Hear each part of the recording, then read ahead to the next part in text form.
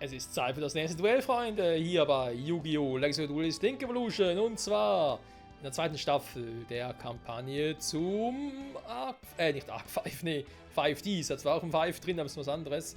Genau, 5Ds. Die Kampagne sind jetzt dran, jetzt die zweite Staffel davon. Nachdem wir in der letzten Folge zum Glück noch ein Fortune Cup Finale gewonnen haben, geht es jetzt mit Super Sensorisch Shakedown weiter. So. Ich muss ganz kurz was erwähnen, Freunde. Ich werde hier das Ganze jetzt mal nicht durchquatschen, einfach mal durchklicken, damit ihr selber auch gerne lesen könnt, weil ich hatte gerade eine Fehlaufnahme. Ich habe den ganzen Text hier vorgelesen. Wirklich dachte mir, komm, von Anfang bis Ende lies dir den Scheiß-Text durch. Und was ist dabei passiert? Ich hatte den Teil nicht aufgenommen. Sprich, es war tatsächlich so, ich war mitten im Duell und habe plötzlich gemerkt, die Folge läuft gar nicht. Also sprich, die Aufnahme läuft gar nicht. Und das war dann so bitter und dachte mir, nee, come on, ich nehme das jetzt nicht normal auf. Beziehungsweise vor allem, ich quatsche es nicht normal voll. Weil ihr werdet gleich sehen, es ist so viel über die Quatschen. Wer den Anime ja kennt, die Story, der kann sich ungefähr noch vorstellen. Es geht eben darum, Yusei und Co. drin auf die finsteren Außerwelten. Und dann geht natürlich auch Rex Goodwin seinen Senf dazu und sagt, worum es überhaupt geht. So quasi Außerwelten gegen finstere Außerwelten. Und es gibt auch irgendwie, warum auch immer. Ah, hier, genau, hier trifft er wieder mal auf Crow, seinen guten alten Kumpel aus früheren Zeiten. Und warum auch immer treffen sie auf einen finsteren Außerwelten. Aber keinen gewöhnlichen, nämlich Kellen Kessler. Einen alten Freund von ihnen und ja, das ganz speziell daran ist, die werden sich duellieren, allerdings offscreen. Also heißt, wir können gar nicht irgendwie wieder gegen die finsteren Außerwelten catchen, was ich jetzt ein bisschen schade fand. Und währenddessen, ja, Leo und Luna wollen die gute Akisa holen, weil sie hat ja auch so einen Drachenmal und so, sind ja Freunde oder wollen Freunde sein und so. Trefft sie auf Seiya von der Arcade-Bewegung und jetzt geht's richtig ab, denn er schließt sie, beziehungsweise fängt sie in einer Falle ein, so. Und will testen, ob Leo genauso wie seine Schwester Luna Psy-Kräfte besitzt. So. Soweit mal zur Vorgeschichte. Ja, so, wie gesagt, ich hatte das vorhin schon vorgelesen, irgendwie. War mir hier so Bräse im Kopf und dachte, Alter. Dass ich das jetzt nicht nochmal vorlesen wollte. Und in der Form finde ich sowieso, dass es eher sehr schwierig ist, der Story zu folgen, beziehungsweise die Story auch nachzuempfinden und vor allem nachzufühlen. Weil halt so viele Dinge übersprungen werden und einfach nur erwähnt werden, gar nicht stattfinden. Das ist irgendwie ein bisschen schade. So, Seiya und sein Psy-Deck. Aber erstmal gucken, was er überhaupt für Synchro-Dinge hat.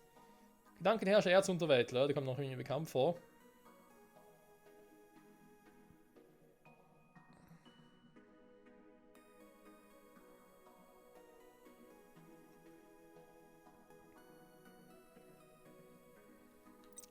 Okay, Stufe 8. Habe ich schon irgendwie Psy-Empfänger? Ja, Stufe 2 doch schon mal. Psy-Schnecke. Okay, auch nicht schlecht.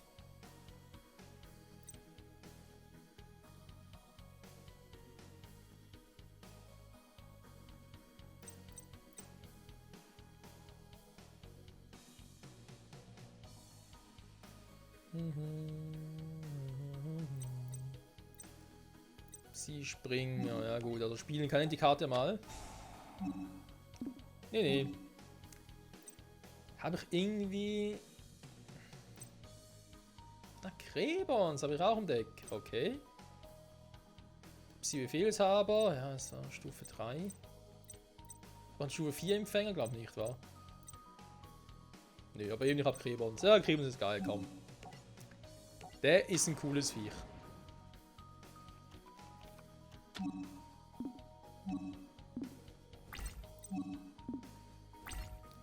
So, Psy-Springer. Ja, hier kann ich Kontrolle tauschen und dann könnte ich. Ich jetzt zwar gar nicht, ich will lieber mal Psi-Schnecke.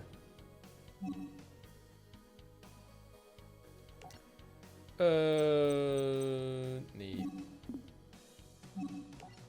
Aber dann Effekt hätte ich gerne mal aktiviert. So, damit kriegen wir uns noch zweimal angreifen kann.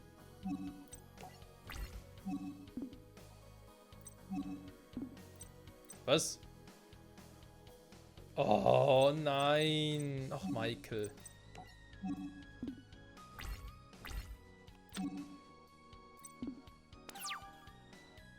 Okay, wir schauen uns gleich nochmal neu. Sorry Leute, ich bin heute auch ziemlich müde, muss ich zugeben. Aber ich muss heute aufnehmen, weil sonst gibt es am Wochenende keine Folge mehr. Und da Yu-Gi-Oh! Netz hat doch schon häufig ausgefallen, sollte das nicht schon wieder machen. Okay, ganz kein Problem, wir starten einfach nochmal kurz neu.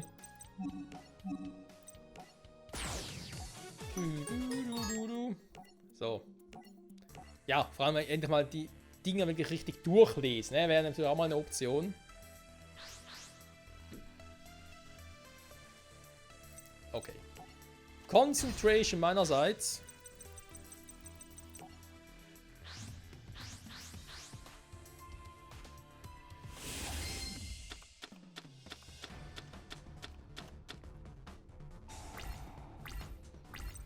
Doktorschädel. Was kann der? Doktorschädel klingt nicht schlecht.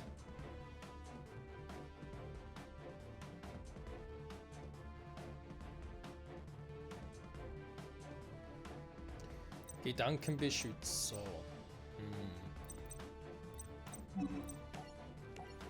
Warte mal, ich spiele erstmal den.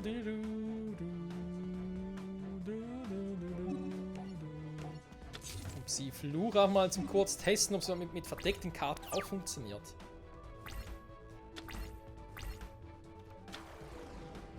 Morphtronischer Attacker! Wieso soll der morphronisch sein?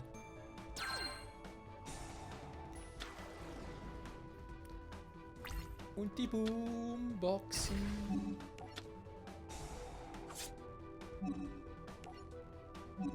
Ah, klappt doch.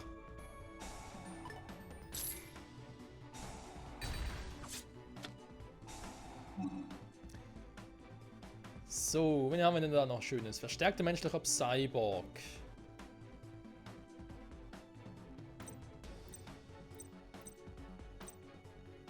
Aber schon auf der Hand. Psi-Befehlshaber.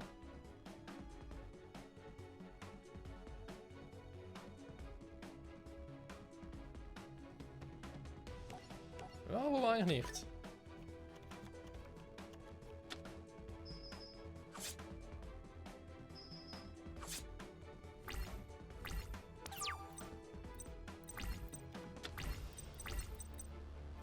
Hirnforschungslabor. Oh. Ein bisschen normal nochmal schwören. Also kannst du einen Ziel zu dem Markt dieser Karte legen, statt aber lässt du aktivieren.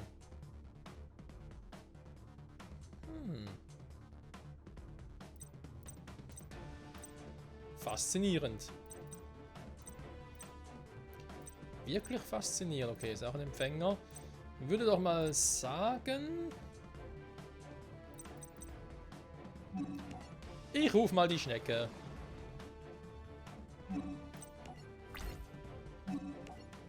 Und mit ihr greife ich an. Der Takaka hat meine Schnecke geschwächt. Das finde ich jetzt nicht so nett.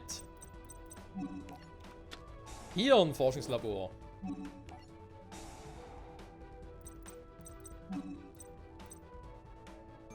Moment, beschwören. Es geht um Beschwören.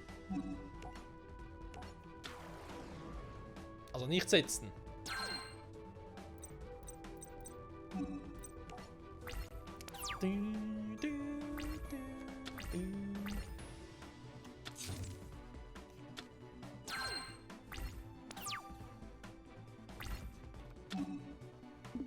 Nein, ist nicht nötig. Wie ist der Weltraumteilfunk für den hier unten? Ja, verstehe ich schon.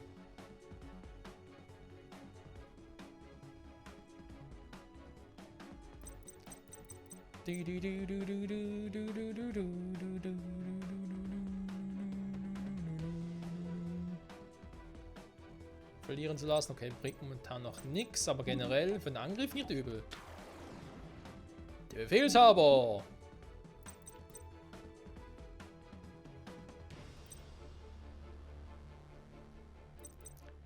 So, und theoretisch... Ja, ich könnte Psi-Schnecken nutzen. Ich müsste, glaube ich, noch irgendwie ein Ding drauf haben.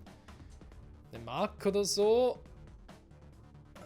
Die Frage ist bloß, welcher von ihnen soll nachher zweimal angreifen. Das erschließt mir noch nicht so ganz. Außer, ich würde mal den Doktor rufen. Das können wir auch machen. Doktor, Herr Doktor. So, jetzt wird es Zeit für eine Synchrobeschwörung, Freunde.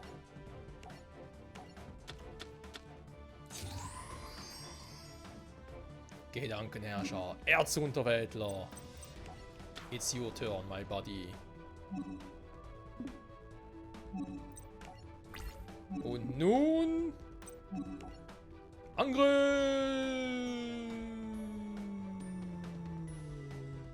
Angriff.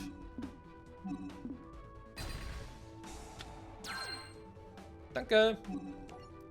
Gräbons. Oh. Ah, diese Schmerzen. Das sind Schmerzen, Freunde.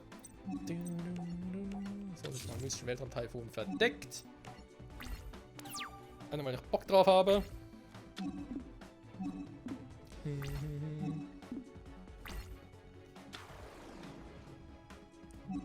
Oh, das Radio. Ein ganz gefährliches Radio. Ja, die Frage ist, wer ist denn vielleicht soll ich jetzt aktivieren? Weltraum-Taifun? Wozu bringt er nichts? Ja, wobei doch, ja, ich kann natürlich noch Boost dadurch.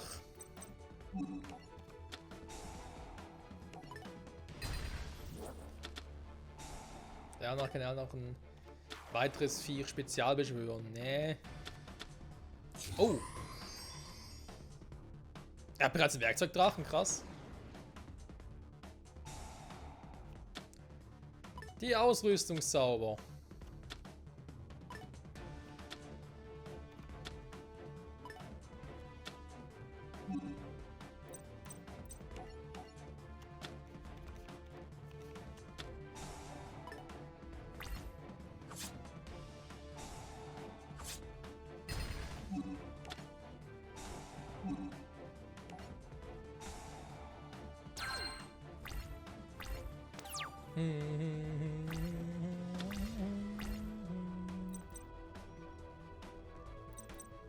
So schnell geht das nicht, Freunde.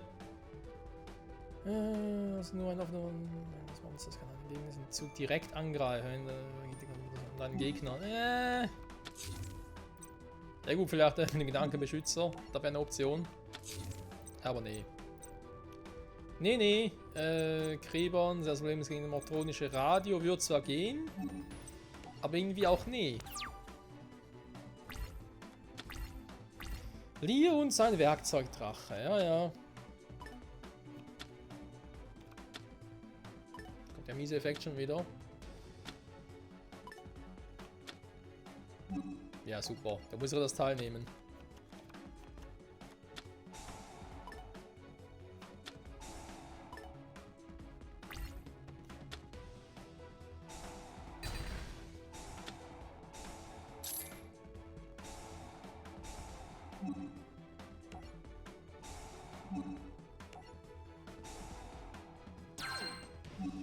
Nix da, Freunde.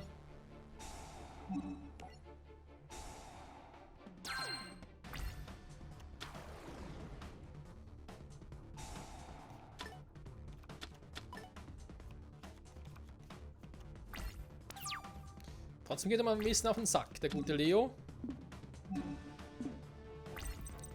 Warte mal. Ja, ich weiß, ich können Kampfteleport nutzen, aber wozu?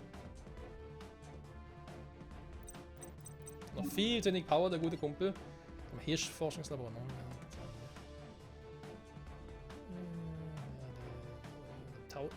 Erhält der Beherrscher dieser Karte 1000 Schaden für den Psi-Zählmarker 4. Das ist eben das Problem.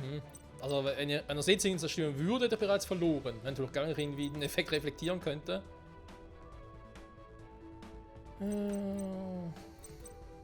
Notfall-Teleporter bringt mir aber nichts. Weil ich müsste irgendwie noch einen Gedankenherrscher Erzunterweltler rufen, was aktuell ein bisschen schwierig ist.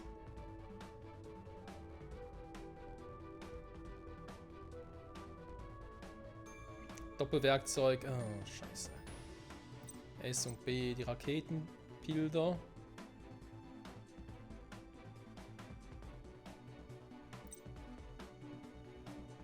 Der Effekt ist auch nicht übel. Ja, ich muss ihn entweder durch einen Karteneffekt zerstören oder seine Zauberkarten. Eins von beiden.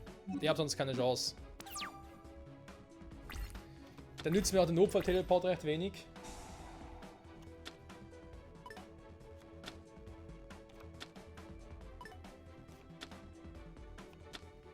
Also das ist wieder so ein Duell, was ewig dauern wird.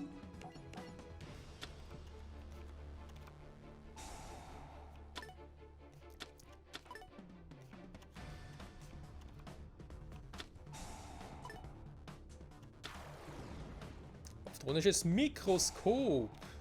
Ganz böse.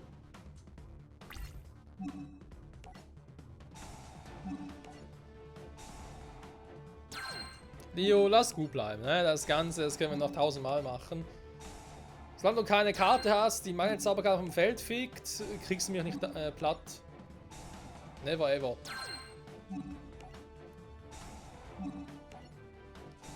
Aber ja, die Frage ist halt, was hat Seiya noch für Karten im Deck? Vor allem Karten, mit denen ich irgendwie seine gegnerischen Zauberkarten loswerden könnte.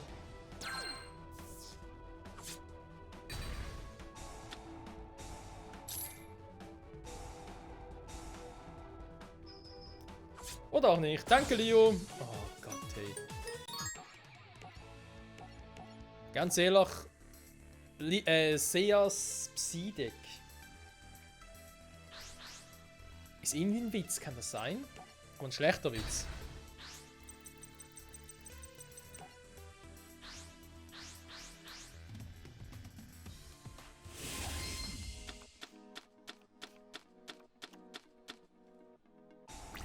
Xi-Ungeheuer. Oh, mal was Neues.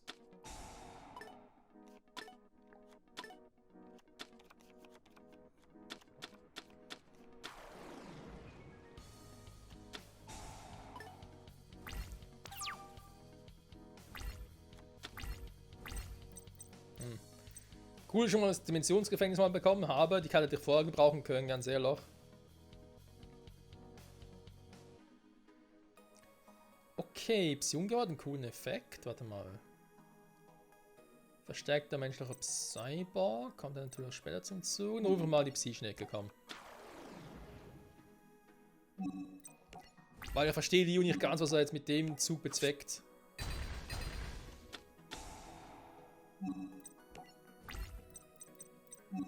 Auch nur mein Monster zu schwächen. Denke ich mir so, okay.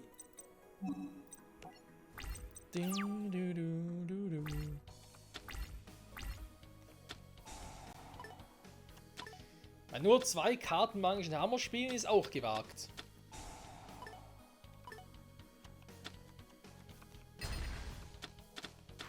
Okay, Leo geht offenbar noch die Düse.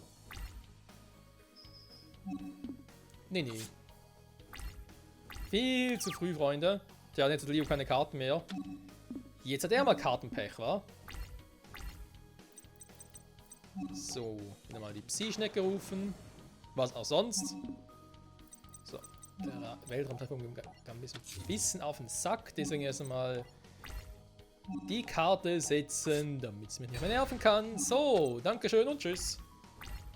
Na, Leo, was machst du nun, Kleiner?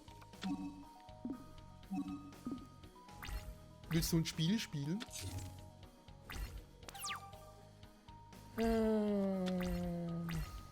Zweimal Cremens auf der Hand. Ja komm, ruf mal ein.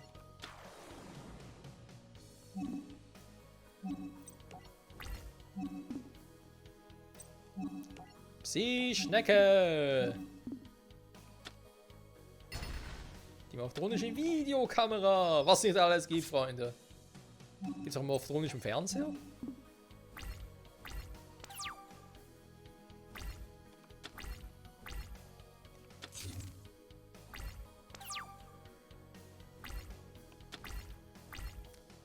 So, Psi-Fluch.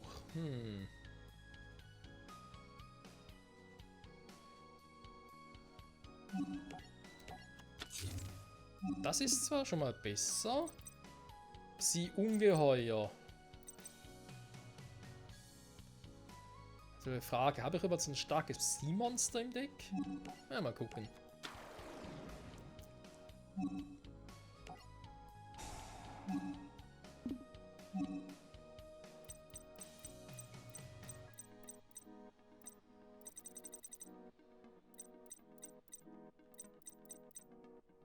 Dachte ich mir schon, dass es eher schwierig wird.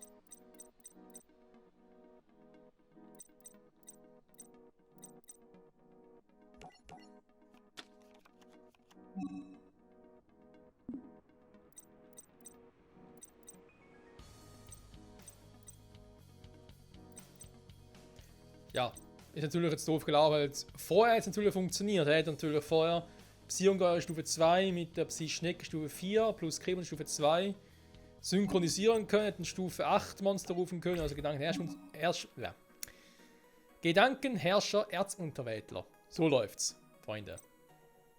Ja, ich weiß, ich spreche immer sehr, sehr gerne, sehr schnell, vor allem in solchen Momenten.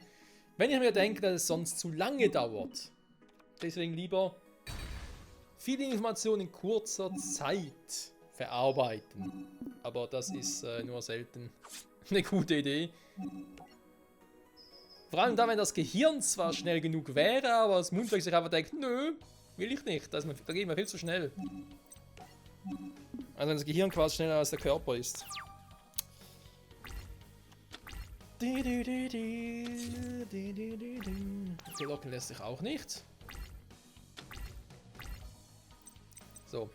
Psi-Station, also eben das irgendwie ist doof hier im Psi-Ungeheuer. Also ich hätte das irgendwie, ganz ehrlich, hätte das Vieh nur dann ins Deck gepackt, wenn ich irgendwie auch ein Psi-Monster mit Stufe 6 zum Beispiel hätte. Oder auch andere Monster. Wie das hier, also ein weiteres Psi-Ungeheuer.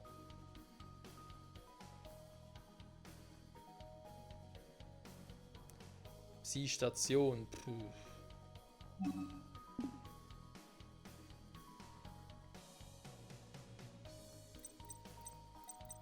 Gut, bringt mir jetzt auch nicht so viel.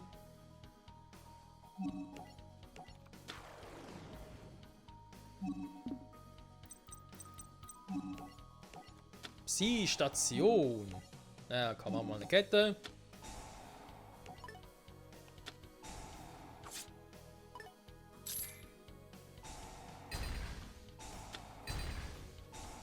Das ist jetzt irgendwie nicht so nett. Psi-Borg. Ein bisschen mehr Power. So, ist das Duell endlich vorbei. Mein Gott, ey, was für ein unsinniges Duell. Es tut mir leid, Luna. Tja, der Junge ist nichts Besonderes. Wenigstens aber immer noch das Mädchen. Aber nicht mehr lange. Oh.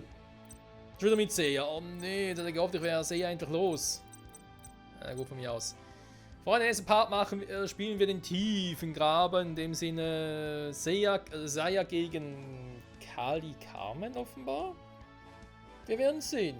Bis zum nächsten Mal. Bye bye.